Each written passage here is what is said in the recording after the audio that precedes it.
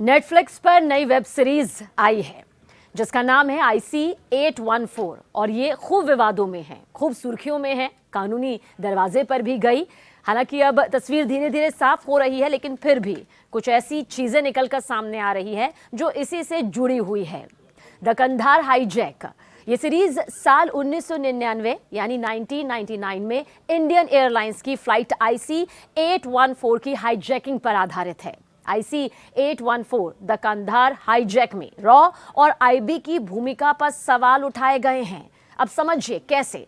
दरअसल उस वक्त भारतीय खुफिया एजेंसी रॉ के चीफ रहे AS दुलत ने हॉपर कॉलिंग्स से प्रकाशित अपनी आत्मकथा a life in a shadows में IC-814 की हाईजैकिंग पर पूरी डिटेल से अपनी बात लिखी, पूरे विस्तार से इसे सामने रखा। रॉ चीफ की जुबानी अपहरण की कहानी। जी हाँ, दुलत लिखते हैं कि 24 दिसंबर 1999 को काठमांडू से नई दिल्ली आ रही इंडियन एयरलाइंस की फ्लाइट IC-814 शाम 5:30 बजे जैसे ही इंडियन एयर स्पेस में दाखिल हुई, नकाबपोश आतंकियों ने इसे हाईजैक कर लिया।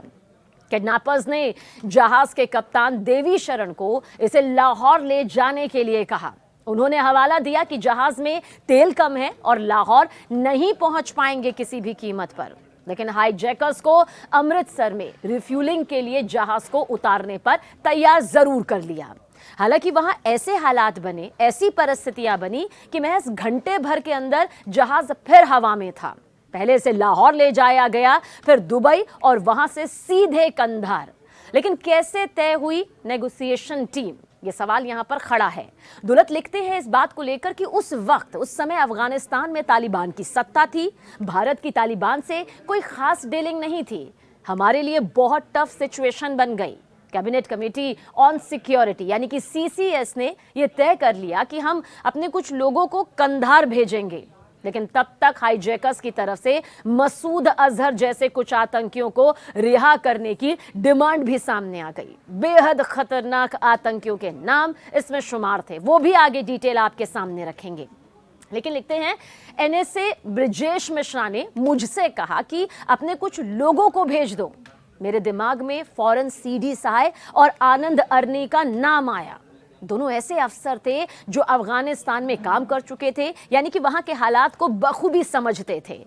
पर IB के चीफ श्यामल दत्त ने कहा कि हमारे पास अजीत डोभाल और निश्चल संधू हैं।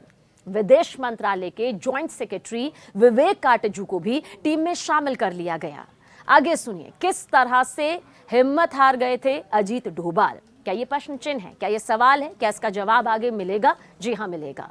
पूर्व रॉ चीफ दुलत लिखते हैं कि जब नेगोशिएशन टीम वहां पहुंची तो अजीत डोभाल ने मुझे फोन किया।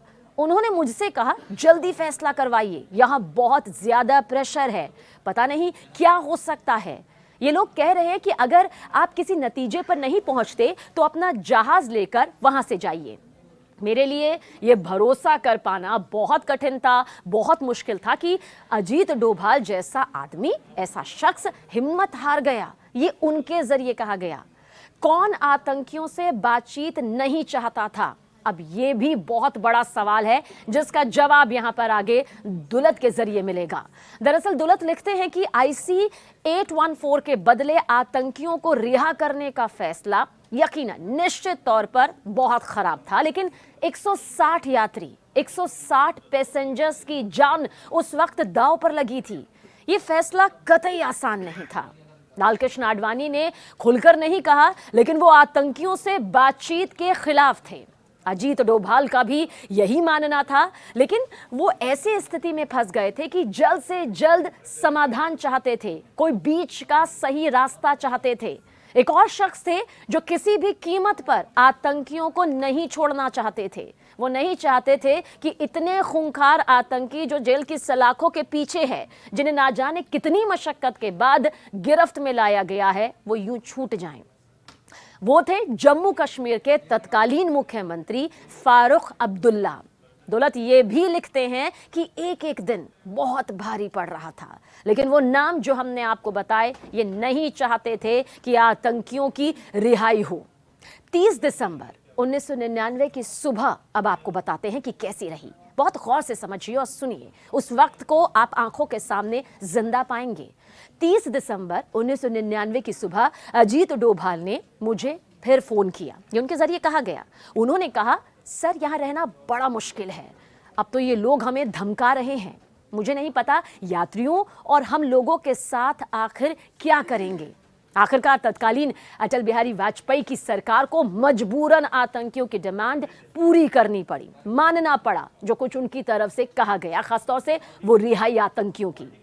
जैश-ए मोहम्मद चीफ मौलाना मसूद अजहर, अहमद जरगर और शेख अहमद उमर, ये वो नाम है जिन्हें बेहद खूंखार आतंकियों की श्रेणी में, उस कैटेगरी में रखा गया था और इन्हें आखिरकार रिहा करना ही पड़ा। तत्कालीन विदेश मंत्री जसवंत सिंह खुद इन आतंकियों को अपने साथ कंधार ले गए थे और आखिरकार हाईजैकर से छुटकारा यहां पर मिला।